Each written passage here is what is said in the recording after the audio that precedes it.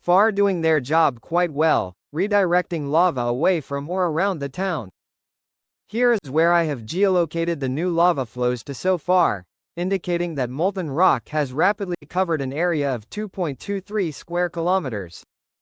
This eruption began at 12:46 p.m. local time in a large eruption in Iceland on May 29, 2024, when a fissure unzipped about 3,400 meters east of the Blue Lagoon.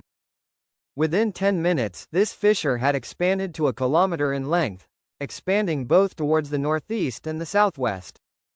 Soon, this fissure cut right through the main spatter cone which had formed during the most recent prior eruption, which lasted for 54 days between March 16 and May 9 of 2024. This provided spectacular scenes such as this, with lava fountains shooting up to a height of 113 meters or 371 feet. As the fissure further expanded, it eventually reached a length of 3.4 kilometers or 2.11 miles, rapidly sending lava flows towards the south since this represented a downslope region.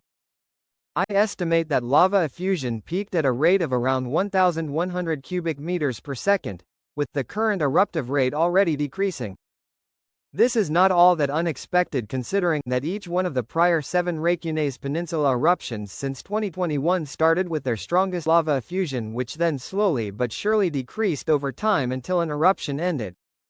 While a plume of gases is rising several kilometers into the atmosphere, I would not explosive eruption call the Reykjanes volcano's current eruption as explosive.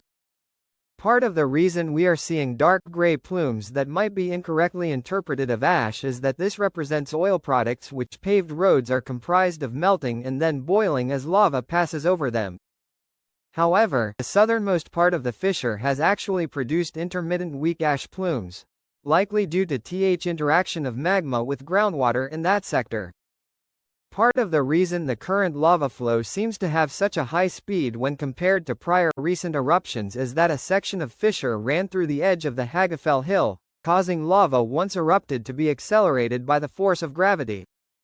This lava flow is likely to continue further along towards the southwest, but whether or not it will reach the ocean in that sector is still an open question. If lava does, however, reach the ocean, then production of hydrochloric acid and explosive reactions with the seawater will occur, meaning in my opinion that at least a 3-kilometer exclusion zone would be needed around any point where lava might flow where this is occurring. Lava could also eventually divert towards the southeast, as during the last eruption, while the northernmost section of erupting fissure could feed a lava flow north of the Svartsengi geothermal power plant.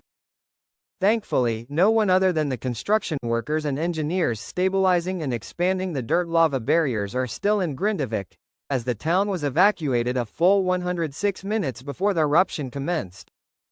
A strong earthquake swarm indicating the movement of magma had begun at 10:24 a.m., thus causing Grindavik to be evacuated around 11 a.m.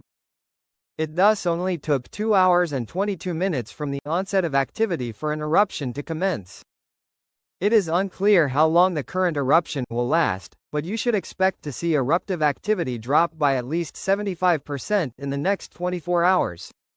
However, at least 20 million cubic meters of magma is available, meaning that at least around this total should end up erupting.